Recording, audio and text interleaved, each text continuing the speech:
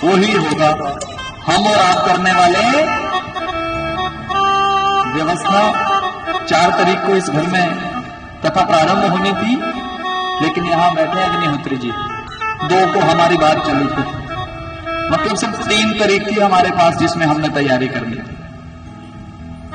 पहले हमें था कि माता जी का स्वास्थ्य जरा ठीक नहीं है, और कहते कुछ दिन पहले तो थोड़ा ज्यादा ही स्वास्थ्य खराब था। हमने कहा कि बिल्कुल देखो, पहले स्वास्थ्य उसके बाद, क्योंकि ऐसा ना हो ना कि इधर रख भी दिया कार्यक्रम और हम सभी अंदर भी बैठे, तो कहने का भाव। लेकिन फिर जब भगवान ने आना है ना, तो वो कहते हैं कि अब चिंता मत करो, सब कुछ मैं सेटिंग कर दूंगा। तो सेटिंग देखो ऐसी हो गई। पहले सच बताएं, हमने ना वहां पर बैठ करके चाय भी पी रहे थे और बात की कि मैंने कहा हम छोटा सा स्पीकर लगाएंगे, एक मेरे पास है, एक कहते हमारे पास भी है, छोटे से स्पीकर पे थोड़ी सी कथा यही तो करनी है परिवार में। ऐसे करते करते जब करने लगे तो फिर स्पीकर थोड़ा छोटे से बड़ा हो गया। मेरी मंडली तो ऐसे भी साथ ही रहती है, तो ये सारे ऐसे करते करते प्रभु की कृपा हो गई।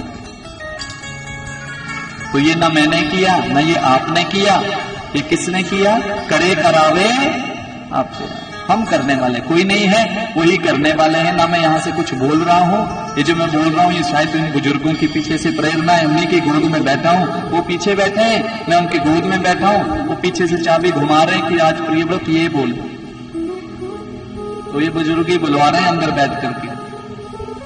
तो हम इनके निमित्त यही प्रार्थना करेंगे कि भगवान कृपा करे सब पर, और हम इन बुजुर्गों का बड़ा धन्यवाद करेंगे कि इनके माध्यम से देखो कितने सारे बच्चे भी बैठे हैं, बुजुर्ग भी बैठे हैं, यंग पर्सन, यंग ही हैं सारे। भगवान की कथा सुनने वाले शौनकादि ऋषि होते हैं, 1000 वर्ष की उम्र होती है लेकिन फिर भी कथा सुन रहे हैं। तो कथा सुनने वाला कभी बूढ़ा नहीं, वो जवान ही रहता। सती चली गई महाराज कथा अपने पिता के यहाँ, नंदी जी साथ गए, वहां गए। देखो हंसी भी बड़े प्रकार की होती है, आदमी के हंसने से ही पता लग जाता है कि इसके मन में क्या है। वहां जैसे ही उसने एंट्री की, एंट्री करते उसे पता लग गया कि सब मेरे को इस नजर से देख रहे हैं, सबको पता है कि मुझे बुलाया नहीं, अब क्या करें। लेकिन घर में एक मां ऐसी होती है जिसके मन में कोई द्वेष नहीं, वो किसी से नहीं मिली, जाते ही मां से मिली। मां से मिली, मां ने गले लगाया, मां रोने लगी कि बेटी अब क्या करूं मैं कुछ नहीं कर सकती, जैसे तेरे पिताजी करेंगे मैं तो वैसे ही करूंगी, मैं कुछ नहीं कर सकती। तो बड़ी कृपा हुई महाराज, मां से पूछा कि मैया पिताजी कहां है? पिताजी कहां है? बोले तेरे पिताजी अंदर है, जहां यज्ञ चलेगा वहां पर है, और बेटा वहां मत जा, रहने दे। नहीं बोला मैं जाऊंगी, पिताजी है मना लूंगी, सबसे छोटी हूं भाई, मानेंगे मेरी बात। ऐसा ही हुआ महाराज। पिताजी की ओर जब जाने लगी, तो पिताजी की ओर जाते जाते महाराज उसी रास्ते में यज्ञ कुंड बना था। यज्ञ कुंड में महाराज सभी को स्थान था, लेकिन किसको स्थान नहीं था? भोले बाबा को कोई स्थान नहीं था। बोले शंकर भगवान की, भोले बाबा के लिए कोई स्थान नहीं महाराज। जब भोले बाबा के लिए कोई स्थान नहीं तो क्रोध आ गया, मेरे पति के लिए कोई स्थान नहीं। देखो ये बात शिव को पता थी कि सती अगर वहां जाएगी, उसने मेरे लिए कोई स्थान नहीं दिया होगा, इसे क्रोध आ जाएगा। और ये है कौन? आप भी सब जानते हैं कौन है वो चंडी है।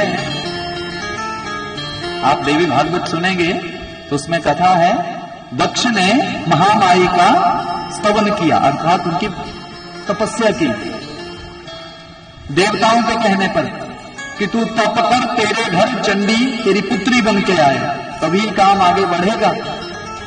देवी जब प्रकट हुई, बोला मैं तेरे घर आ तो जाऊंगी तेरी पुत्री बनकर, पर जिस दिन तू मेरे पति का अपमान करेगा उस दिन मैं इस शरीर को भी त्याग दूंगी।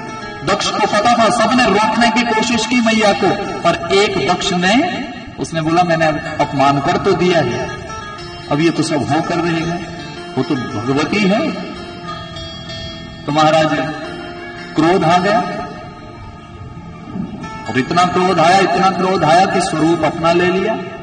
सब थर थर कांपने लगे महाराज, प्रलय वाली स्थिति हो गई, सब डर गए महाराज, सब जय जयकार करे महामाया की, पर दक्ष कुछ न कहे। मैया कहती अरे मूर्ख दक्ष, तुझे पता भी कि शिव कौन है? तू शिव के बारे में नहीं जानता, तुझ में इतना अभिमान आ गया कि तूने सभी को स्थान दिया, शिव को स्थान नहीं दिया।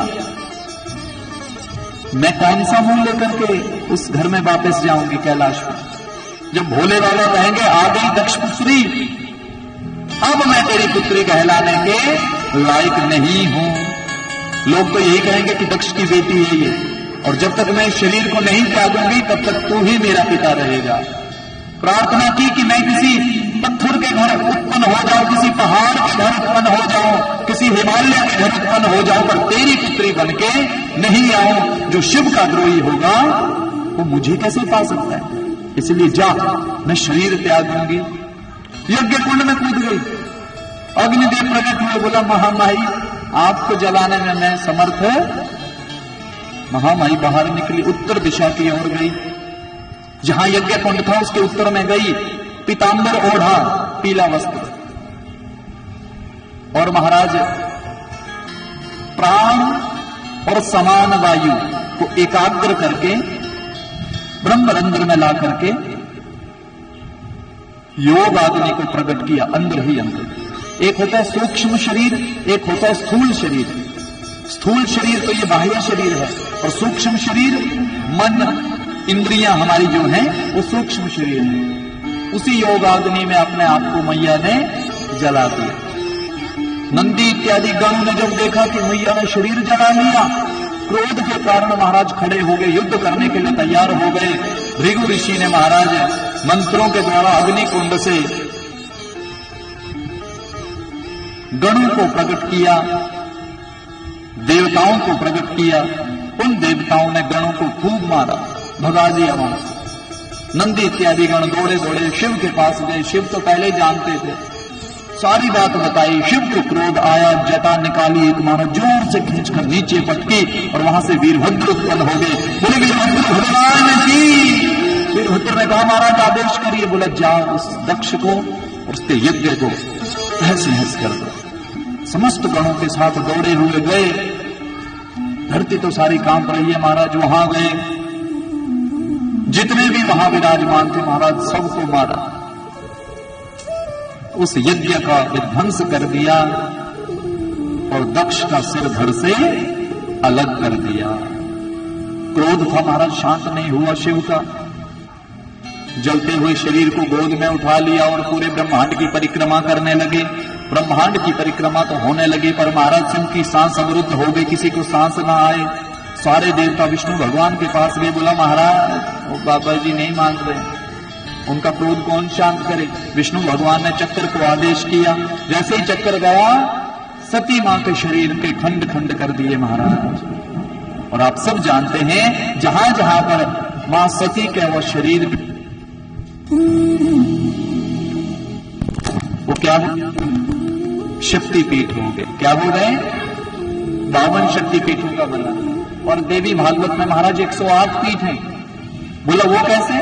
बोला जहां पर श्रृंगार का सामान गिरा वो भी पीठ हो गए। तो ये कुल मिलाकर 108 पीठ हैं देवी भागवत जी के अनुसार। और वैसे 52 शक्तिपीठ हैं। कुछ शक्तिपीठ ऐसे हैं जैसे बांग्लादेश में, वो तो तहस नहस कर दिए, उनका आज तक कोई पता नहीं लगा। जो पाकिस्तान में, हिंगलाज का नाम तो सबने सुना है, जो पाकिस्तान में है, और एक हमारे पंजाब में भी है। आपने दर्शन किए होंगे, जालंधर में किए हैं सबने दर्शन, जिसको हम देवी तालाब के नाम से जानते हैं। वो मैया त्रिपुर मालिनी, दाहिना स्तन गिरा था माता वहां, वो त्रिपुर मालिनी के नाम से प्रसिद्ध है। और एक हमारे हिमाचल प्रदेश दो, एक नैना देवी और एक ज्वाला देवी, ये दो वहां हैं। अन्य अन्य बहुत हैं जिनका वर्णन देवी भागवत में बड़े अच्छे से दिया गया है। ये 52 शक्तिपीठ हुए, और उन्हीं खंडों को खाने के लिए राक्षस आ गए, लेकिन भगवान शिव की कृपा हुई। हर शक्तिपीठ पर एक एक भैरव प्रकट कर दिया, एक एक भैरव प्रकट कर दिया, जिन्होंने उन खंडों की रक्षा की। राजस शक्तिपीठ में जाकर लोग अपनी मनोकामना को पूर्ण करते हैं। इसका विस्तार आप देवी भागवत जब सुनेंगे उसमें बड़े अच्छे से विस्तार है। आपको देखो, कथाएं हमारी क्वायरीज पूरी करती हैं, जो शंकाएं होती है ना मन में उनको पूर्ण करती हैं। हमारी हर कथा का कोई ना कोई मतलब है, हर कथा का कोई ना कोई मतलब है। हमारी कथाएं ऐसे ही नहीं है, शंकाएं होती हैं कईयों के मन में। मेरे को किसी ने प्रश्न किया, महाराज कौरवों के 100 बेटे कैसे हो गए?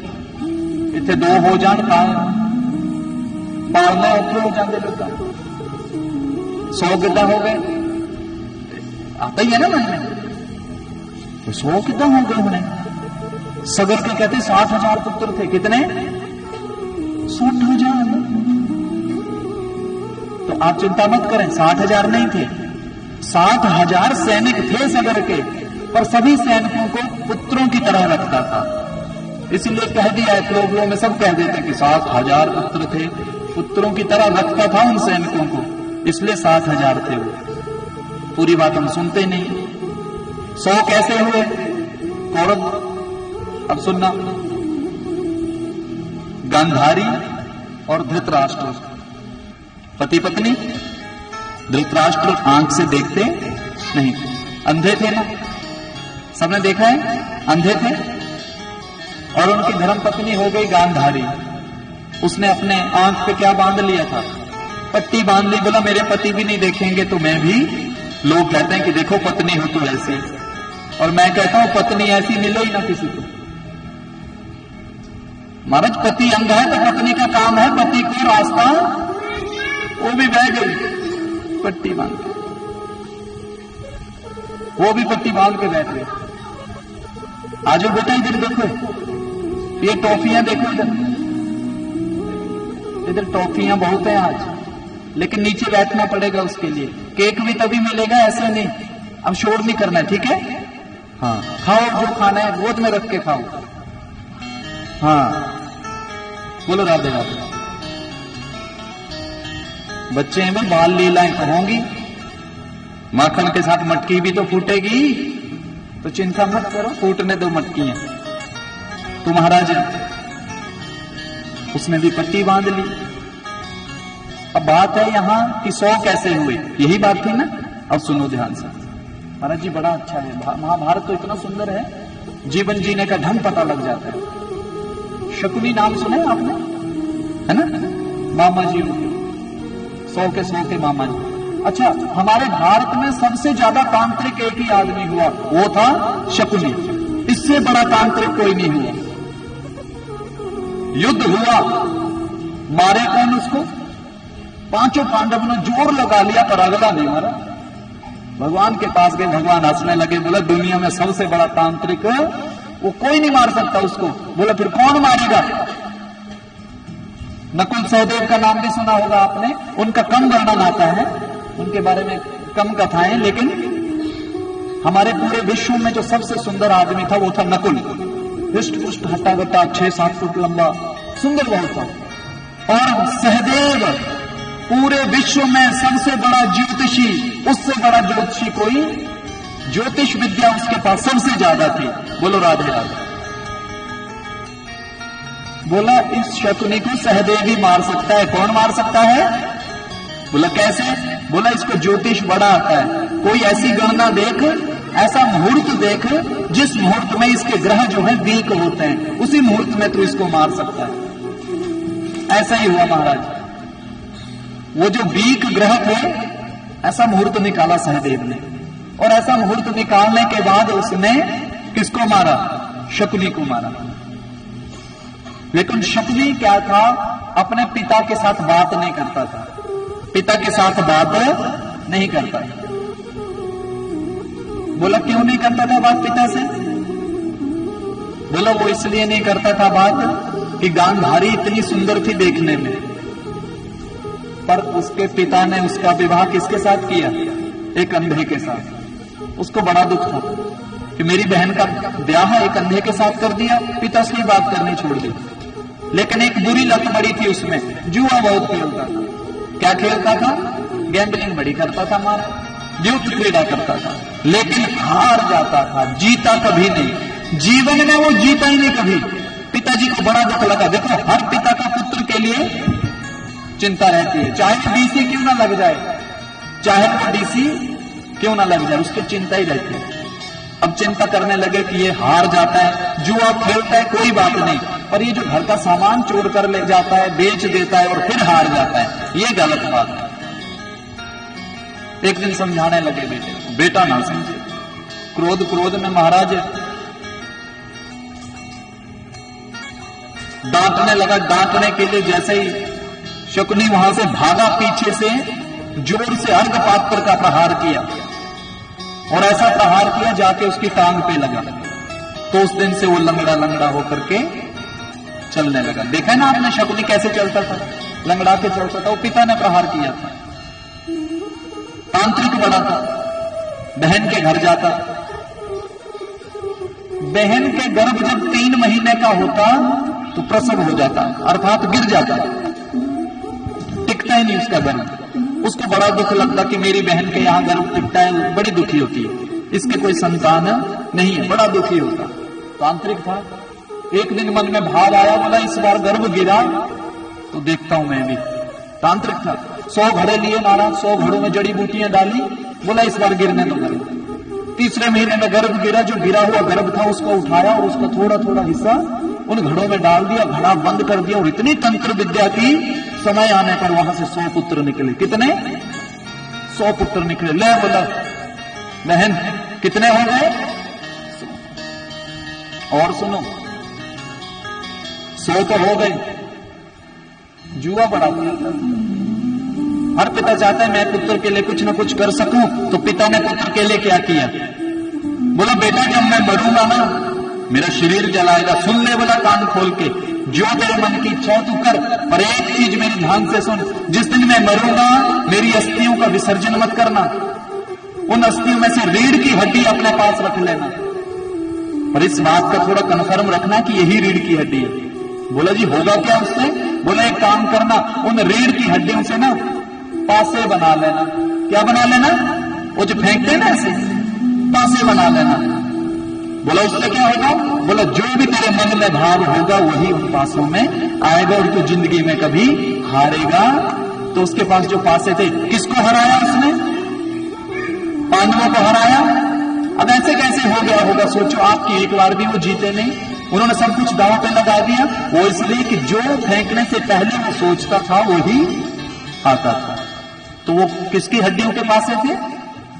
वो उसके पिता की हड्डियों के पासे थे। ये चीजें, ये गूढ़ रहस्य हम अगर जान लें तो हमें बड़ा इंटरेस्ट रहेगा कथाओं के प्रति, हम जानने की इच्छा करेंगे। लेकिन आज समय भी बदल गया, लोग का कोई टाइम है नहीं, लोग कहते इन्ना कहते कोई टाइम है। लेकिन आजकल दुर्भाग्य ये हो गया कि हमें स्वयं बोलते हैं कि जी कथा घट करियो तो नचा ज्यादा दियो, कथा घट करियो तो नचा, तो नचने वाला काम ज्यादा रखे। अच्छा अगर हमने नाचने वाला काम नहीं रखा तो अगली बार साधा पता असी भी तो रोटी खानी जी, जी टब्बर तो मेरा भी है, और मैं किसी डीसी का लगा नहीं, मेरा तो यही काम है। आप कुछ देंगे तभी जाकर के फीस दूंगा भाई, है जी, हमारा तो यही काम है। तो हमें भी कहीं ना कहीं धर्म की हानि करनी पड़ती है, ये हकीकत है, ये सच्ची बात है हमारा। फिर कहीं ना कहीं ऐसा होता है कि कोई बात आप तक हम नहीं पहुंचा सकते, लेकिन घरों में कथा करने का हमें ये फायदा हो जाता है कि हम कोई ना कोई चीज आप तक पहुंचा दें, जिसके कारण आपका जीवन भी बदल जाए। देखो जीवन तो आपका बदला ही है, बड़ा अच्छा है जीवन, लेकिन कहीं ना कहीं आप भी इस लाइन में चलना शुरू हो जाते हैं, यही कोशिश रहती है। तो महाराज 52 शक्तिपीठों का वर्णन हुआ। उसके बाद महाराज 2 पुत्र हुए। 3 बेटियों का वर्णन सुन लिया आपने, आकृति, देवहूति और प्रसूति। अब कौन रह गया? 2 पुत्र। एक का नाम, बड़े बेटे का नाम प्रियव्रत और छोटे बेटे का नाम उत्तानपाद। अब उत्तानपाद की कथा आ रही है, सुनो ध्यान से। थक तो नहीं गए? थके तो नहीं? भजन गा दूं या प्रसंग शुरू करो, प्रसंग। हाँ, उत्तान पाद, उत्तान पाद हम है। अब ऐसे ही समझ लो, कथा डूबो मत उसमें, पहले समझ लो उस कथा को। उत्तान पाद हम है। जब हम पेट में थे तो सिर नीचे और टांगे ऊपर। आदमी जब गर्भ में होता है तो उसे पूरा ज्ञान होता है। बारिश का पानी जब तक ऊपर है ना तो वो शीतल है। जैसे जल मिट्टी में मिलेगा तो कीचड़ बन जाएगा, किसी काम का नहीं रहेगा। उसी प्रकार जब जीव गर्भ में है, 7वें महीने से लेकर 9वें महीने तक उसे सब जानकारी होती है कि मैं जाकर के ऐसे करने वाला। प्रार्थना करता है कि भगवान इस नर्क से बाहर निकाल, मैं तेरा भजन करूंगा। क्या करूंगा तेरा? और जैसे ही गर्भ से बाहर निकलता है तो बच्चा रोता है। क्या करता है वो? क्यों रोता है? हम शब्द मानते हैं, है ना। अगर बच्चा रोए ना तो डॉक्टर कहता है कि इसमें कोई बीमारी है, इसको रोना चाहिए, जल्दी करो। वो थप्पड़ भी मारते हैं 2-3 के रोए। वो रोता कि मैं वो इसलिए रोता है कि फंस गया, पै गया चक्करा चिमड़े। उसने देखा होता है पिछला अपना सिस्टम सारा, अगला पिछला सब पता होता है कि अब जाके मेरे साथ ये होने वाला है। रोने लगता है जल्दी। अरे सीखे लड्डुओं के डब्बे बांधते हैं कि बधाइया मुंडा होया है। ध्यान देना इस बात पर। वही उत्तान पाद है। और उस उत्तान पाद की 2 धर्म पत्नियां हैं। एक का नाम है सुनीति और दूसरे का नाम है सुरुचि। कितनी पत्नियां हैं उसकी? 2, एक सुनीति और दूसरी सुरुचि। हर इंसान की 2 पत्नियां हैं। बोलो राधे राधे। कितनी पत्नियां हैं? आप अपने घर वालों की ओर मत देखो अब कि 2 कितना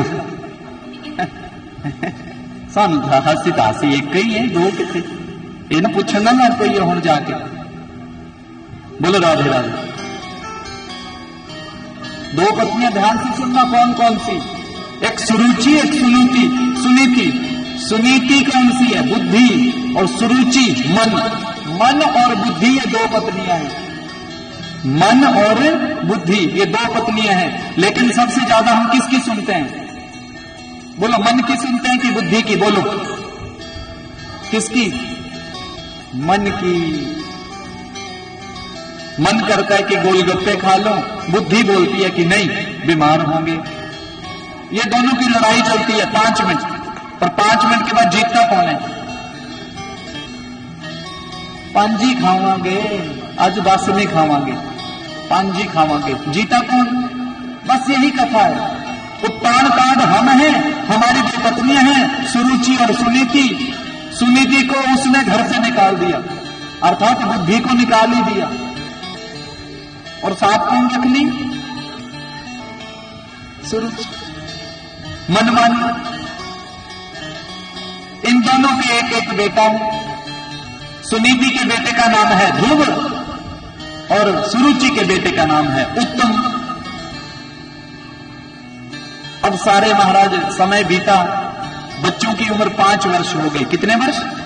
5 वर्ष। जैसे 5 वर्ष के हुए, एक दिन खेलते खेलते, जैसे हमारे बच्चे खेलते हैं ना बाहर, खेलते खेलते सबने बोला कि अरे ध्रुव, तुझे पता है तेरे पिता का क्या नाम है? बोला नहीं। बोला जो महल देख रहा है? बोला हाँ। बोला इसके राजा कौन है? बोला उत्तान पाद जी। बोला वही तेरे पिता हैं? बोला है, मुझे तो माँ ने बताया नहीं। बोला जा पूछ जाके। दौड़ा गया। बोला माँ, क्या सच में यहाँ के जो राजा है मेरे पिता है? बोला हाँ बेटा। बड़ा प्रसन्न हुआ कि मेरे पिताजी राजा, और मेरे कपड़े देखो बोलो फटे हुए, मैं एक राजा का पुत्र। बड़ा प्रसन्न हुआ। बोला माँ, मैं पिताजी से मिल सकता हूँ? माँ ने मना नहीं किया। नहला धुला करके बाल अच्छे से बनाए, तिलक किया, समझाने लगी। देखो बच्चे की पहली गुरु कौन है? जोर से बोलो। तो मां का दायित्व है कि उस बच्चे को शिक्षित करे, संस्कार दे। पिता इतने संस्कार नहीं दे सकता बच्चे को, वो काम में व्यस्त रहेंगे। मां को संस्कारित करना पड़ेगा। तो महाराज मां समझाने लगी। बोला बेटा एक काम कर, सबसे पहले जब तू अंदर जाएगा तो द्वारपाल बैठे होंगे 2, उन दोनों को प्रणाम करना, चरण स्पर्श करना। क्या करना? अंदर जाएगा एक दासी मिलेगी, उसको दंडवत करना, वो तुझे सब कुछ समझा देगी कि कहां जाना है।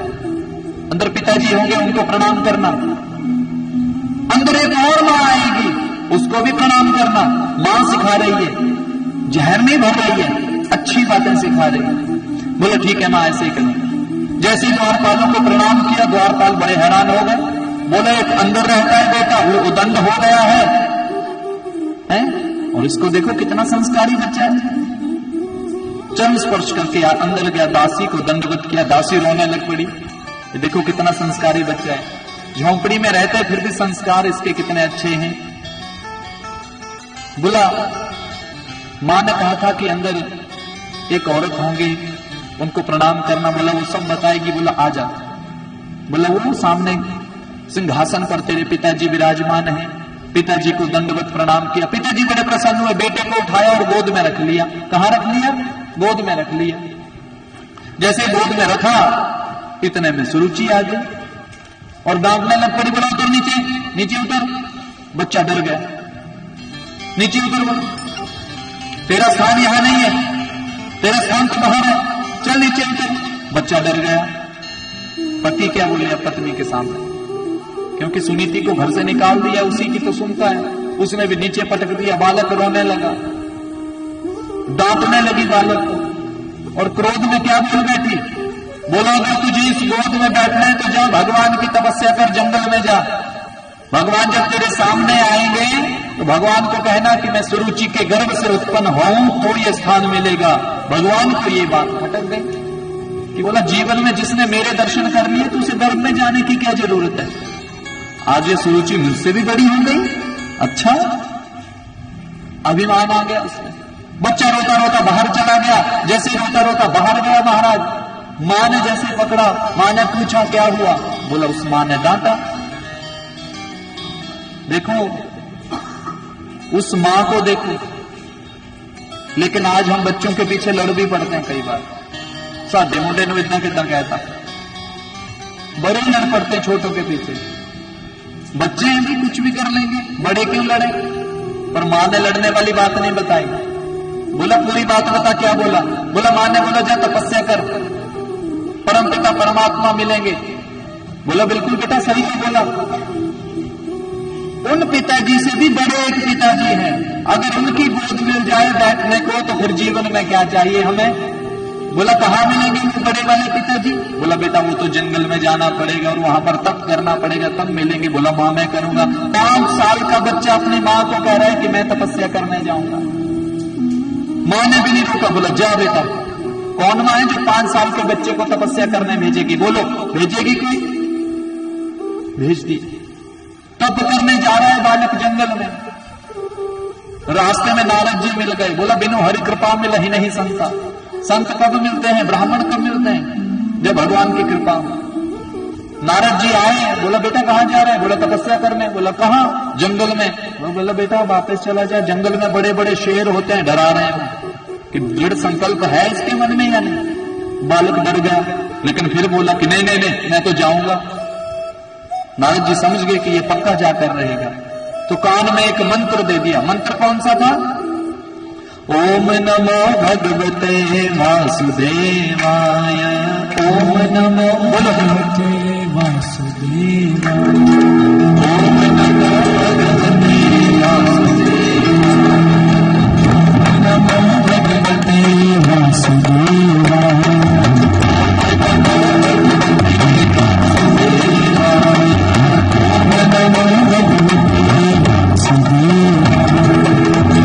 इस मंत्र का जाप करने को दे दिया। बोला जा इसी मंत्र को बोल।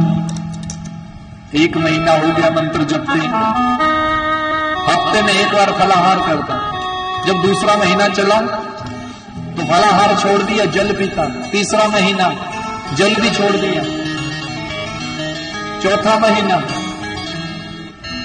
5वां महीना, 6ठे महीने में तो अंगुष्ठ मात्र पे, पैर के अंगूठे पे ही खड़ा होकर के ओम नमो भगवते वासुदेवाय जपने लगा। सबकी सांस रुकने लगी महाराज। देवता भगवान विष्णु के पास गए कि महाराज ऐसा कौन है जो तप कर रहा है आपका, हमारी सांस भी रुक रही है। बोला वो छोटा सा बालक है।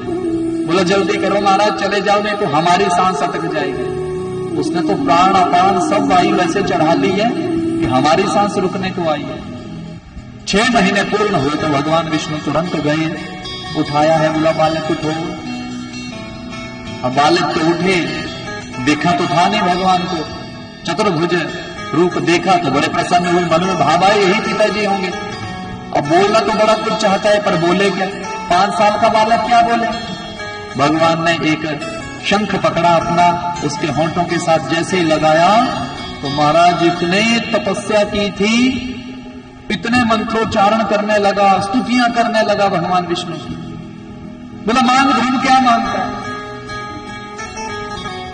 अब क्या मांगे छोटा सा बालक, और जल्दी जल्दी में मांगा क्या? राज्य मांग लिया। पर बाद में सोचे कि राज्य तो मांग लिया, क्या सबसे बड़ी गलती कर बैठा, राज्य क्या चाहिए मुझे? भगवान ने भी तथास्तु कहा, बोला बेटा जा, तू राजा रहेगा 36,000 वर्ष तक। क्या रहेगा? 36,000 वर्ष के बाद तुझे एक स्थान प्राप्त होगा उत्तर दिशा में। ध्रुव तारे का नाम आपने आज भी सुना होगा, सबसे ज्यादा चमकने वाला है ना, वो ध्रुव महाराज है, आज भी सबसे ज्यादा चमकते हैं। तो ध्रुव को आशीर्वाद मिला, ख्याति पूरे देश में हो गई महाराज, सबको पता लगा। उत्तानपाद भी स्वयं सिंहासन छोड़कर स्वागत के लिए बैठ गए, मेरा बेटा आ रहा है। सुरुचि पीछे छुप गई कि मैंने तो उसे डांटा था, भाई मेरे साथ थोड़ी करेगा वो बात। लेकिन महाराज लोग कहते हैं जब भगवान की कृपा होती है तो सब सही हो जाता है। मूकम करोति वाचालम पंगु लंघते गिरम। मूकम अर्थात गूंगा भी बोलने लग पड़ता है, और लंगड़ा भी वाला पहाड़ चढ़ने लग पड़ता है। कब? जब भगवान की क्या हो जाए?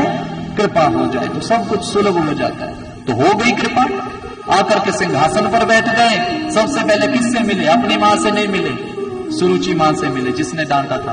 बोला मैया धन्यवाद, आपने नहीं डांटा होता ना उस दिन तो मैं तपस्या करने भी उसको बड़ा सम्मान किया, उसे बड़ा अच्छा लगा। समय व्यतीत हुआ महाराज, यक्षों ने हमला कर दिया, उत्तम को मार दिया। उत्तम को ढूंढने के लिए सुरुचि वन में गई, अग्नि में वो भी जल गई। ध्रुव को क्रोध आया, यक्षों को मारने लगा। मनु महाराज ने रोका कि बोलो बेटा तू संत है, ये किसी को मारना ये तेरा धर्म थोड़ी है, रुक जा, तपस्या कर, भगवान का भजन कर। कहां किसी को मारने लग पड़ा। समय बीता महाराज, उनके आगे संतानें हुई, उन्हीं के वंश में राजा अंग हुए। अंग का विवाह मृत्यु की पुत्री सुनीता के साथ हुआ। उनके यहां एक पुत्र हुआ जिसका नाम हुआ वेन। वेन ऐसा पुत्र हुआ सबसे ज्यादा उदंड। वो जब राजा बना तो उसने क्या किया? लोगों को बोला जब घर में पूजा करेंगे, हवन करेंगे तो देवताओं को हवन मत दो। हम बोलते हैं ना प्रजापति स्वाहा, बोला ऐसे मत बोलो, ऐसे बोलो वेनाय स्वाहा, मेरे नाम का हवन करो। अपने आप को ही भगवान मानने लग पड़ा। ब्राह्मणों ने समझाया, बोला ऐसा मत कर। तो जब नहीं सुना तो ब्राह्मणों ने मंत्रोच्चारण के साथ ही उसको मार डाला। और जब मार डाला तो बोला महाराज सिंहासन पर कौन बैठेगा? तो उसी के शरीर का मंथन किया, वहां से पृथु जी महाराज उत्पन्न हुए। वो भी साक्षात नारायण का रूप थे। बोले पृथु महाराज की। पृथु के नाम पर ही इस धरती का नाम पृथ्वी पड़ा। क्या पड़ा? उन्होंने इतने यज्ञ किए कि पुनः स्थापना की धर्म की, और ये जंगल, कस्बे, ये पहाड़, ये सब पृथु महाराज ने बनवाए। किसने बनवाए हैं? पृथु महाराज ने। ये सारी स्थापना, सारी जितनी भी आप व्यवस्था देख रहे हैं ना, बड़े बड़े पहाड़, जंगल, ये सारे पृथु महाराज जी ने स्थापित किए। बड़े भगवान के भक्त महाराज, स्वयं साक्षात नारायण स्वरूप पृथु महाराज। अब आगे कथा आती है महाराज प्रियव्रत महाराज की। किसकी? प्रियव्रत महाराज। प्रियव्रत महाराज बड़े संत, बड़े भगवान के भजन करने वाले, भगवान का भजन बहुत करते हैं। लेकिन एक बार उनके मन में भाव आ गया। राजन जी भाव क्या आया? बोला ये रात क्यों होती है? दिन में 12 घंटे आदमी काम करता है और 12 घंटे बोले ऐसे ही सोया रहता है। ये 12 घंटे आदमी बेकार कर देता है। 12 घंटे और काम हो जाए तो 24 घंटे हो जाएगा। कितने घंटे हो जाएगा? ये प्रियव्रत जी के मन में भाव आया। बोला रात ही नहीं होने दूंगा। ये लो, ऐसे भी संत हो गए देखो हमारे यहां, जिन्होंने रात ही नहीं होने दी। अच्छा आप बताओ मेरे को, रात जरूरी है कि नहीं? बोलो। प्रकृति में हर चीज जरूरी है। भगवान ने जो व्यवस्था बनाकर दी है, देखो भगवान की व्यवस्था पर शक मत करना कभी, लेकिन हम शंका कर लेते हैं। साइंस आज 100% हमें मान रही है, हमारे ग्रंथों को मान रही है, पर हमने अपने ग्रंथों को मानना छोड़ दिया। हम शक करने लग पड़े व्यवस्था पर।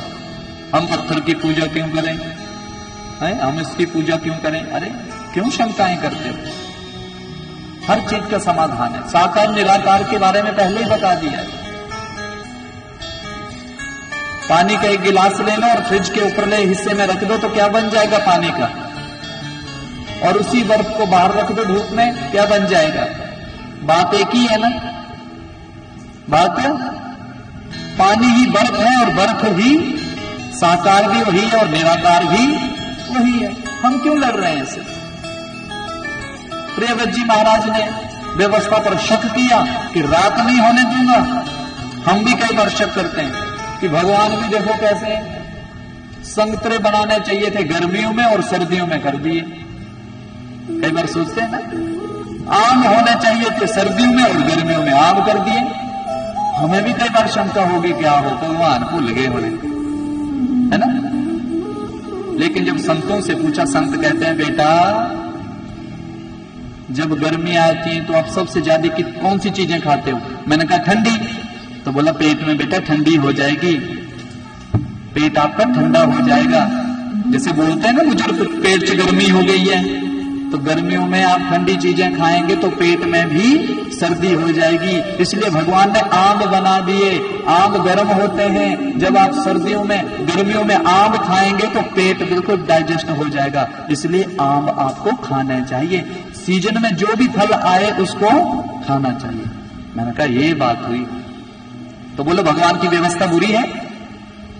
अच्छा बोले संतरे क्यों आए फिर सर्दियों में?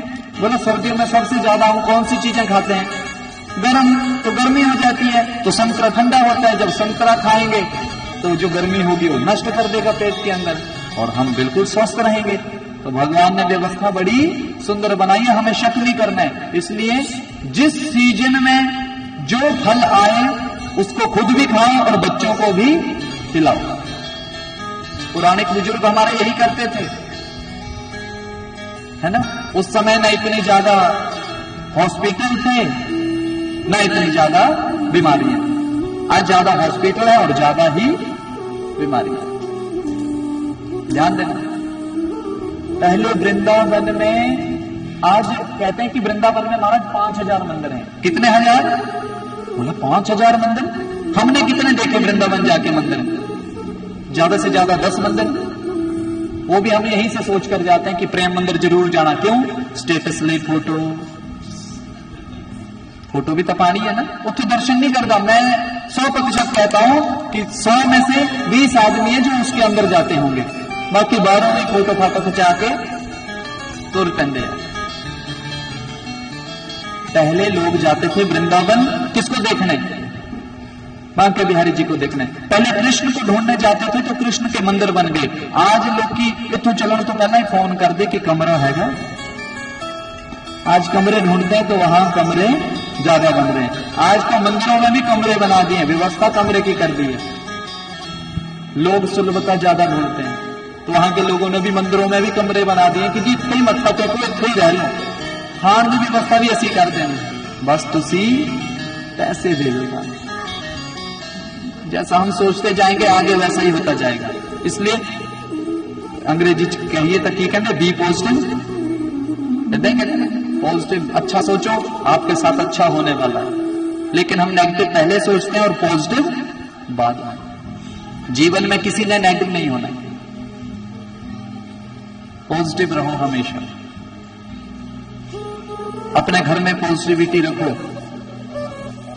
बड़ा आनंद रहेगा। आप अपने घर की व्यवस्था बनाओ। पहले घर में देखो कि कहीं जाले तो नहीं लगे, निकलवाओ उनको। घर का टूटी देखो, बंद करने के बाद कई बार पानी गिरता रहता है, टप टप करके उसको ठीक करवाओ। ये व्यवस्थाएं अगर थोड़ी थोड़ी छोटी छोटी आप घर में देखोगे, आपका घर ही मंदिर हो जाएगा और रोज देवता वहीं वास करेंगे। जिस बिस्तर पर सोते हैं उसको अच्छे से बना के रखो। अपने घर का एक ड्राइंग रूम, अपने घर का रसोई घर और अपने घर का एक बाथरूम, ये स्वच्छ होने चाहिए। ये हमेशा स्वच्छ होना चाहिए। बाथरूम में जाओ, गीला नहीं होना चाहिए जाए। आज भी हमारे कहते हैं कि स्नान करके आओ तो वाइपर मार के आया करो, बोलते हैं कि नहीं, नहीं तो डांट पड़ती है। ऐसा क्यों? उन्होंने सही कहा है, पानी जितनी देर वहां रहेगा उतनी देर आपका चंद्रमा हलचल करता रहेगा। चंद्रमा पानी है, मन का कारक है। चंद्रमा ठीक करना है तो पानी की बर्बादी कम कर दो। देखो कितनी व्यवस्था सुंदर है। पुराने बुजुर्ग क्या करते थे? एक ही बाल्टी में सारे बर्तन धो देते थे, एक ही बाल्टी से कपड़े भी धो देते थे। उनकी व्यवस्थाएं बड़ी सुंदर थी। आज व्यवस्था ऐसी नहीं, आजकल तो हर जगह टूटी लगी हुई है। पानी ज्यादा हम यूज करते हैं और चंद्रमा ज्यादा खराब होता है और मन भटकता ही रहता है, आगे से आगे सोचता ही रहता है। इन व्यवस्थाओं को बनाना आपका काम है। अगर भारत में वही व्यवस्था चाहिए तो मैं तो कहता हूं कि 2 महीने के लिए सारा भारत 60 साल से जो ऊपरले आदमी है ना, उनके हवाले कर देना चाहिए, सिर्फ 2 महीने के लिए। कितने महीने के लिए? उन्होंने सारा सुधार देना। मैं कहना उन्होंने तरीके चले आने सारे, हर चीज तरीके से होगी घर से। पर ऐसा होगा कभी? दोस्तों बड़ा औखा है, ऐसा नहीं हो सकता। लेकिन देखो बुजुर्ग बड़े जरूरी हैं, वही हमारे शास्त्र हैं, वही हमारे ग्रंथ हैं। उनके पास जो अनुभव है हमारे पास नहीं है। आप पढ़े लिखे जितने मर्जी हो जाओ, हम भी 4-5 और ग्रंथ पढ़ के और कथा सुनाने लग पड़ेंगे, लेकिन अनुभव कब होगा? जब उस उम्र में पहुंचेंगे। जब उस उम्र में पहुंचेंगे तब जाकर के अनुभव होगा। इसलिए अनुभव बड़ा जरूरी है जीवन में। अनुभव लेने के लिए हमें बुजुर्गों के साथ बैठना ही पड़ेगा। अंदर हमारे माता जी बैठे हैं, ये इनकी तपस्या है जो घर में कथा हो रही है। राजन जी, ना आपकी तपस्या है, ना आपके छोटे भाई की तपस्या, ना आपकी पत्नियों की तपस्या। ये किनकी तपस्या है? ये इनकी तपस्या है। ये मेरे से ज्यादा आप जानते होंगे। इन्होंने अपने समय में वो तप किया होगा, पूजा की होगी, पाठ किए होंगे, सेवाएं की होंगी, अच्छे अच्छे धार्मिक स्थानों पर जाकर दान दिया होगा। तब जाकर के घर में क्या हो रही है? क्या हो रही है? हाँ, ये यज्ञ है, ये ज्ञान यज्ञ है। ये ज्ञान यज्ञ ऐसे नहीं आता। इस ज्ञान यज्ञ को करने के लिए पता नहीं कितने बुजुर्गों का तप होगा। जिस घर में एकत्रित होकर कोई भोजन कर ले, उससे बड़ा यज्ञ जीवन में कोई नहीं। और हम सब सिंपल सा भोजन करते हैं, कितना सादा भोजन होता है, खाने में आनंद आ जाता है।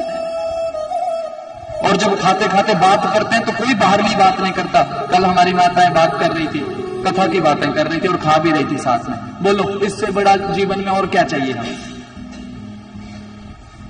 कल डॉक्टर जी के पत्नी आए नहीं थे तो इन्होंने बोला सुनाओ मेरे को कथा जो सुनी।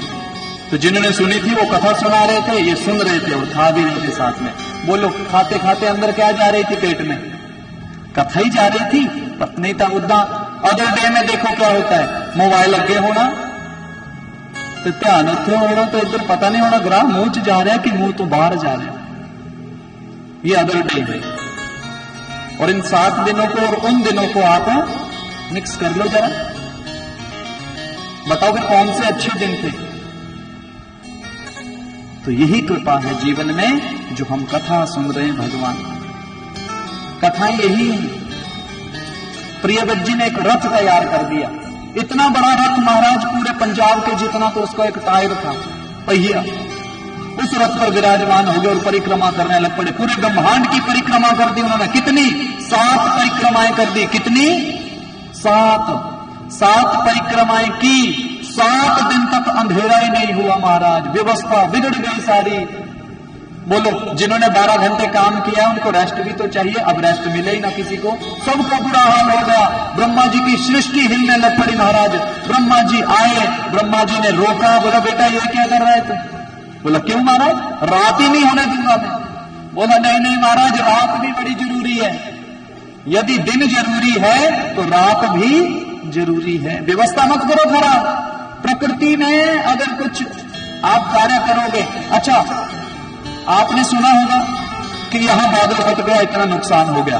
बादल तो पहले भी फटते थे, नुकसान हुआ कोई, लेकिन क्यों? आज हमने प्रकृति को प्रताड़ित कर दिया है तो हमारा भी नुकसान हो रहा है। अभी महाराज हमारे हिमाचल प्रदेश में कुछ समय पहले घटना घटी, मनाली की आपने खबर सुनी होगी, बाढ़ आ गई।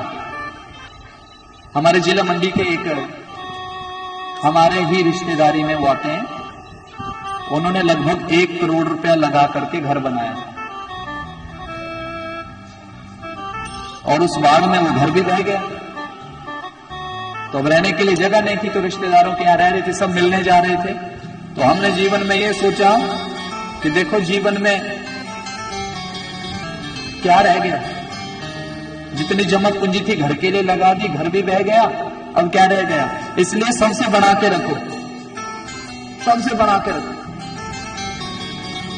सबसे पहले किससे बनाओ? हुण कान खोल के सुन लो पंजाबी च, आंड गुआंड दे नाल। बोलो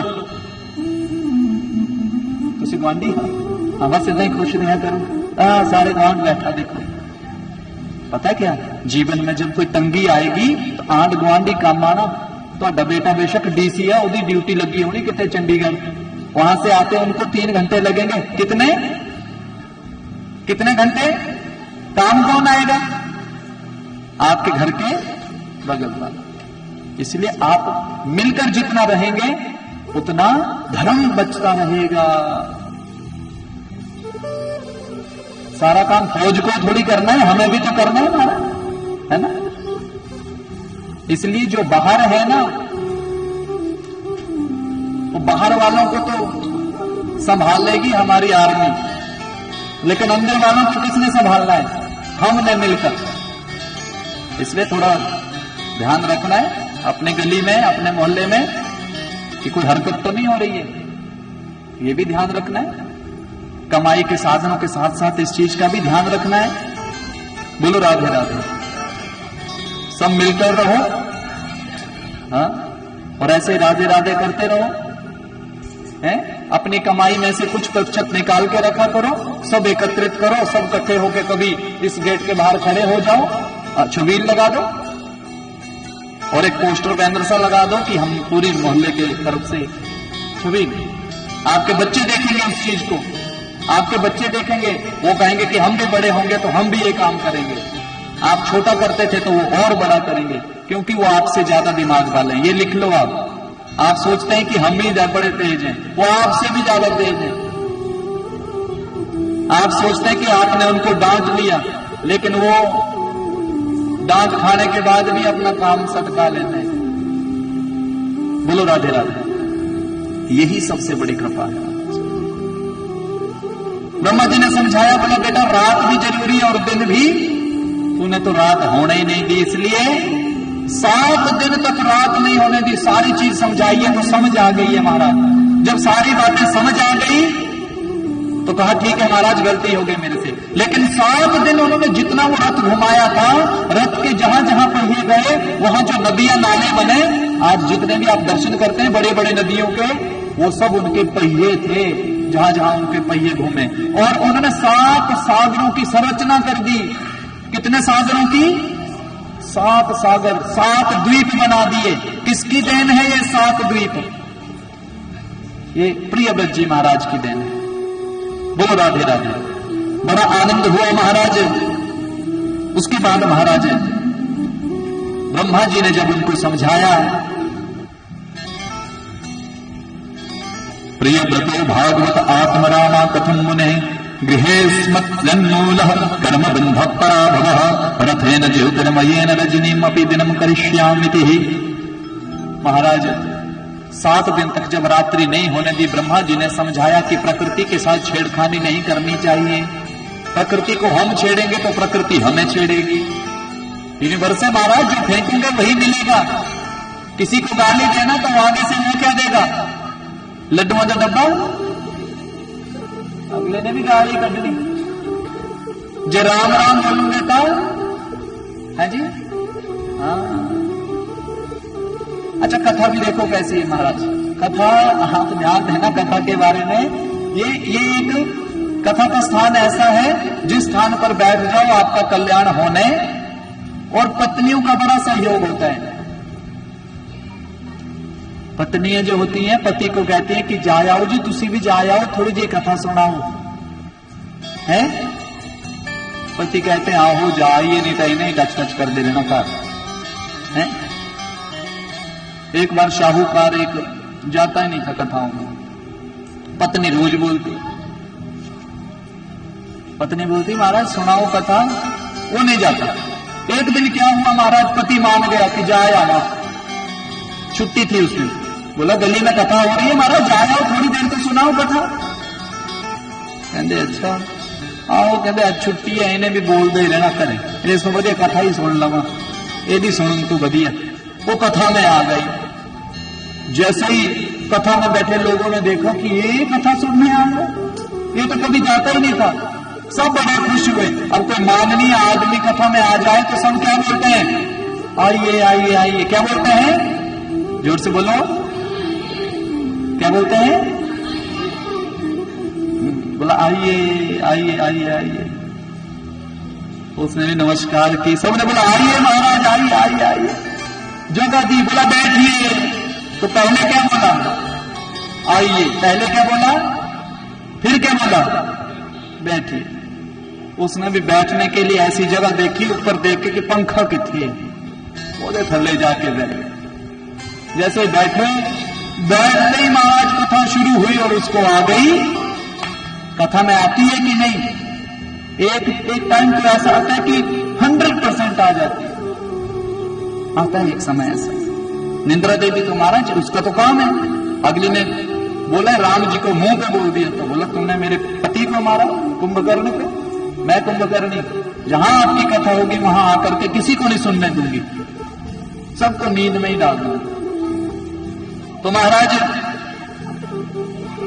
पहला शब्द क्या था, आइए, जोर से बोलो। और दूसरा, और बैठने के बाद तीसरा शब्द नहीं सुना। क्या हो गया, सो गए। कथा पूरी 4 घंटे हुई, अगला 4 घंटे शाहूकार उठा ही नहीं। आरती होने लग पड़ी, शाहूकार जी सोए। आरती के बाद सारे प्रसाद लेके घर चले गए। शाहूकार जी अभी तक सोए हैं। हम उठावे कौन, शाहूकार अभी एकदम उठाना भी, किसी को नींद से उठाना, कुछ बोल दिया तो कौन उठाए। पूरा पंडाल महाराज राजन जी खाली, 2 आदमी रह गए पंडाल में। एक सोए हुए शाहूकार और दूसरा बेचारा टेंट वाला जो गद्दा बिछे उसे। और क्या उठूगा तो जाऊंगा ताही चक्कर। जब नहीं उठे तो उसने भी हिला दिया। बोलो महाराज जाइए। क्या बोला, तो कितने शब्द सुने कथा में, कौन कौन से, जोर से बोलो। कर दिया, इतना करता। पत्नी ने बोला आगे सुन ली कथा। हाँ बोले सुनाओ की सुनिया तुसी कथा च। अब क्या सुनाए, 3 ही चीजें तो सुनी थी। बोला मैंने बोला सुनाओ क्या सुनिया तुसी। बोला आइए बैठिए। पत्नी समझ गई कि मालिक सो गया सी जाके, ये पक्का सो गया सी। पर पत्नी भी धर्म पत्नी है। बोला महाराज यही कथा से मंत्र मिला है आपको। मंत्र क्या मिला है, बोलो। जपो इन्हीं बोला, यही मंत्र है आपके लिए। देखना धर्म पत्नी धर्म के रास्ते पर चलाती है पति को। बोला यही मंत्र मिला है कथा से, इसको जपते रहो। अब रात हुई, भोजन किया। अब जो आदमी दिन को 4 घंटे सोया होगा उसको रात को नींद आएगी। अब शाहूकार कभी इधर मुड़े तो कभी इधर। पत्नी ने हाथ जोड़े, बोला देखो मैं ना सवेर दी थकी हाँ, मैनू तो सौण दो है। जे नींद नहीं आ रही है तो बाहर बैठ जाओ, ड्राइंग रूम च बह जाओ, जाओ कुर्सी ढा के और मंत्र जपो वहां। पति उठा, कुर्सी पर बैठा और जाकर के मंत्र जपने लगा। मंत्र कौन सा था? ओम आइए बैठिए जाइए, आइए बैठिए जाइए, लगा जपने। बोला जरा जोर से मंत्र, आइए बैठिए जाइए, आइए बैठे जाइए, आइए बैठे। कभी कभी तो जोर से बोलते आइए बैठे जाइए, आइए बैठे जाइए। मंत्र लगा जी जपने। एक समय ऐसा आया रात के 2 बजे